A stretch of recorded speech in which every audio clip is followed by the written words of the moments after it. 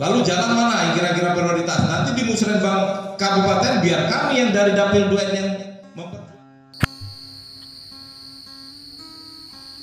Halo pagi sahabat kampung. Nah, di konten video ini akan menampilkan reses Dewan Dapil 2 Lampung Tengah. Oke, kita saksikan apa saja di reses tersebut. Sebelumnya saya akan bercerita APBD dulu Pak ya, karena di sini banyak sekali usulannya adalah infrastruktur. Dan sebelum saya mulai cerita ini, saya akan bercerita kenapa kami ada di sini. Jadi biasanya kalau anggota DPRD reses ini kan jadi rebutan. Di tempat saya aja, di tempat saya. Nah karena ini Pak Wayan Gundul yang minta harus di tempat saya, harus tempat saya. Karena Pak istimewanya daerah yang ketempatan reses itu kata orang Jawa tuh orang ketang siji pasti itu kenang-kenangan seperti itu. Dan tadi Pak Gundul mengatakan usul yang lain yang sudah di Musrenbang nggak usah. Sekarang sistem ini berbeda.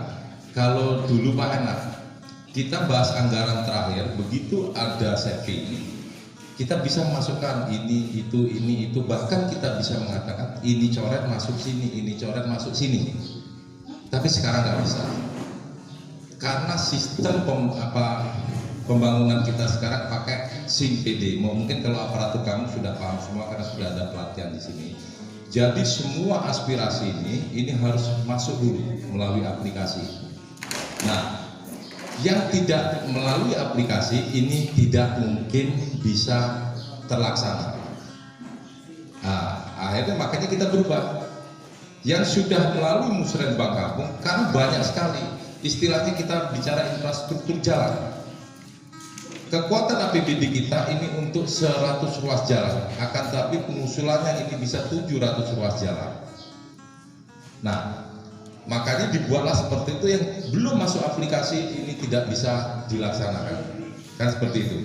Nah, sekarang walaupun sudah Musrenbang ya di kampung, Musrenbang kecamatan, ini kan masih 700 Pak dari 100 yang ada ini. Bagus kalau disampaikan lagi di reses. Kenapa? Anggota dewan sudah nggak bisa jagoan lagi, coret ini masukkan sini, coret ini masukkan sini. Walaupun nggak bisa, perjuangannya nanti di Musrenbang Kabupaten. Meranggi Jaya itu harus, yang Meranggi Jaya masukkan. Jadi ada skala prioritas di saat Musrenbang Kabupaten. Dan di sini tentunya tidak bisa semuanya, karena mengingat keuangan daerah kita, kemampuan keuangan daerah kita. Jadi ini bukan salah bupati, bukan salah gubernur, bukan salah presiden, tapi keadaan keuangan negara kita. Saya kasih contoh, 2020 kita menargetkan pendapatan itu 2,8 sekian triliun. Akan tetapi realisasi hanya 2,5 sekian triliun. Jadi di sini 300 miliar tidak mencapai target APBD kita. Kenapa? Apa yang dikatakan Pak Huda tadi? Karena kita pandemi, akhirnya terjadi refocusing. Jadi refocusing ini salah siapa? Enggak salah siapa-siapa.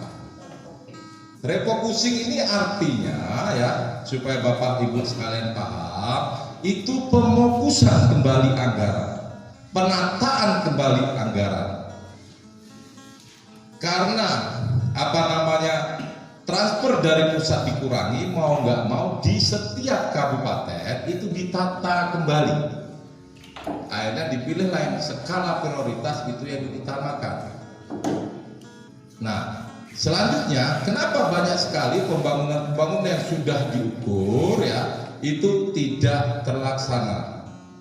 Karena itu gak kebagian anggaran akibat penataan kembali ya, pemokusan kembali atau refocusing yang dikatakan Pak Huda tadi itu. Jadi bukan Lampung Tengah saja yang kena refocusing, tapi semua kabupaten berikut provinsi seluruh Indonesia terkena refocusing semua. Yang pertama itu karena untuk penanganan COVID. Yang kedua, APBN kita tidak mencapai target karena pandemi. Karena pajak-pajak banyak dilepaskan, tidak ditarik dan lain sebagainya, akhirnya APBN tidak mencapai target, mau tidak mau transfer ke daerah-daerah pun berkurang. Jadi bukan salah Menteri Dalam Negeri Keuangan. Menteri Keuangan udah pusing, jangan salah-salahkan. Mereka mengatur mana yang harus dikurangi, mana yang harus dikurangi. Dan perlu diketahui bahwa Lampung Tengah ini APBD-nya terbesar di seluruh kabupaten kota seluruh Lampung. Lalu ada yang bertanya, kenapa pembangunannya kok seperti ini? APBD kita besar karena wilayah Lampung Tengah ini paling luas, jumlah penduduk paling tinggi. Maka dari itu 2,8 triliun dari target kita itu untuk belanja tidak langsungnya itu 1,4 sekian triliun. 1,4 sekian triliun. Apa itu belanja tidak langsung? Yaitu belanja pegawai atau gaji pegawai negeri sipil yang ini tidak mungkin tidak dibayarkan.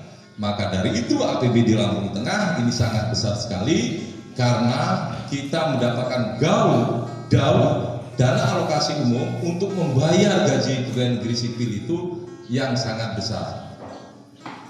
Jadi PNS selampung ini yang paling banyak itu di Lampung Tengah. Itu pun kita masih kekurangan PNS. Makanya jangan heran kalau kita melihat satu sekolahan PNS-nya satu, hanya kepala sekolah saja. Di setiap kecamatan itu terbentuk kasih pembangunan, kasih ini, kasih itu, tapi nggak punya staf karena nggak ada PNS. Di satu sisi kita kekurangan PNS, di sisi lain anggaran tidak mencukupi. Ya Pak ya, kekurangan PNS artinya Pak, pelayanan publik untuk masyarakat ini kurang karena yang melayani kurang orangnya. Nah, karena refocusing ada pengurangan transfer di seluruh Indonesia dari pusat, akhirnya sisa 2,5 sekian triliun diambil 1,4 sekian triliun, sisanya 1,1 triliun. Nah, 1,1 triliun ini dibagi yang namanya kewenangan pemerintah daerah yang disebut urusan pemerintahan wajib, urusan pemerintahan pilihan. Di mana urusan pemerintahan wajib itu ada 24 dinas, kantor dan badan, dan 8 urusan pilihan. Di dalamnya adalah pertanian. Jadi 1,1 triliun ini harus dianggarkan di 32 SKPD. 32 SKPD, bisa kita bayangkan. Akhirnya kalau kita bicara 2,5 sekian triliun itu menjadi kecil sekali. Jangan salahkan kalau untuk gaji pegawai negeri itu sangat besar, karena itu kewajiban dan itu pun kita merasa kurang PNS kita. Dan hingga saat ini kita tidak berani mengajukan formasi PNS yang berskala besar. Hanya kita mengikuti yaitu formasi untuk K3 aja, ya. Nah, di sini Ibu Bapak sekalian perlu dipahami keuangan daerah kita.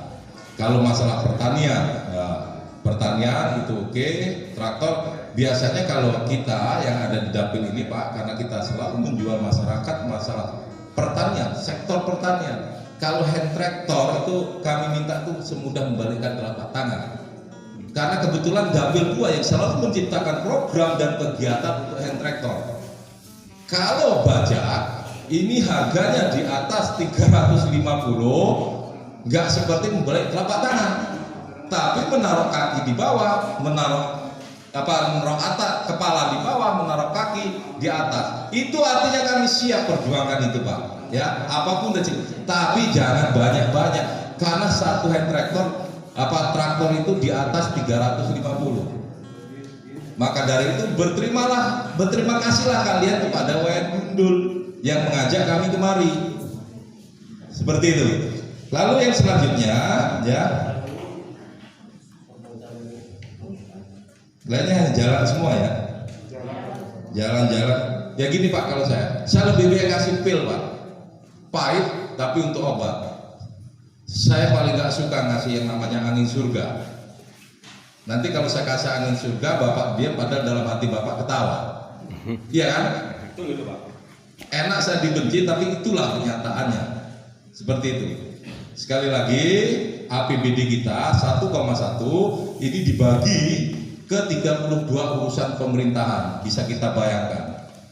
Dari kebetulan Pak, bukan kebetulan, memang sengaja, dan saya uber, bahkan saya pakai duit Pak untuk supaya duduk 4 kali itu, ya 4 kali saya duduk, siapapun bupatinya itu sebenarnya paham apa yang diinginkan masyarakat kita, infrastruktur.